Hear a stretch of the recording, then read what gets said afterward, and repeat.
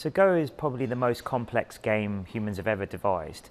So there are 10 to the 170 possible board positions, which is more than there are atoms in the universe.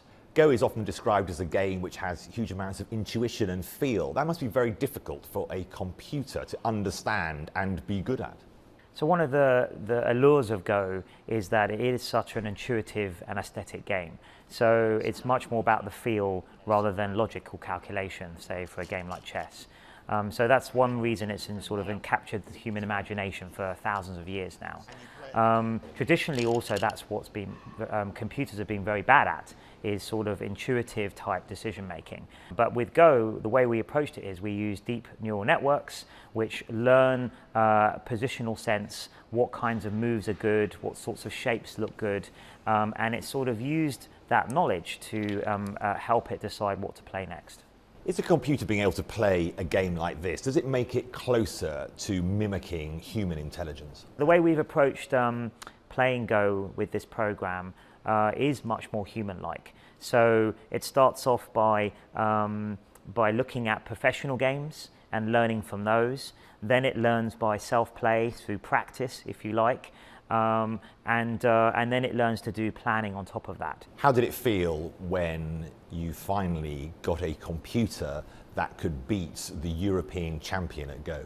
It was an amazing moment actually when we beat Wei Fan in October. So before the match, we suspected we might be stronger than him, but we obviously didn't know because we'd only internally tested it against our own test systems. And of course it was a historic moment. So it was a fantastically exciting game actually. It was a very close game.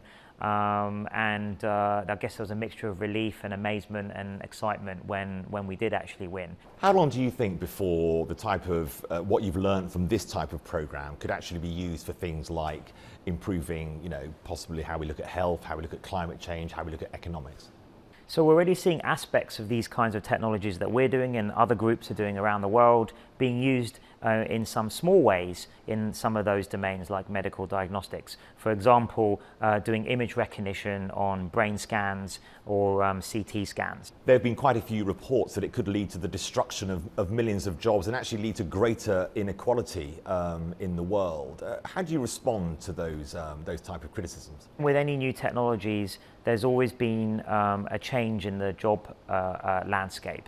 So I think it will be the same again here with new, more interesting jobs perhaps being created or being made possible by these kinds of technologies. But having said that, the pace of change is very fast and we need to have an active debate about how that's going to impact society and how we make sure that the benefits accrue to the many rather than just the few.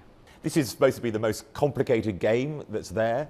What are you going to do next? Go is really the pinnacle of board game challenges, but there are many challenges to go for us. So now we're moving towards 3D games or simulations, which are much more like the real world and more realistic than, say, the Atari games that we tackled last year.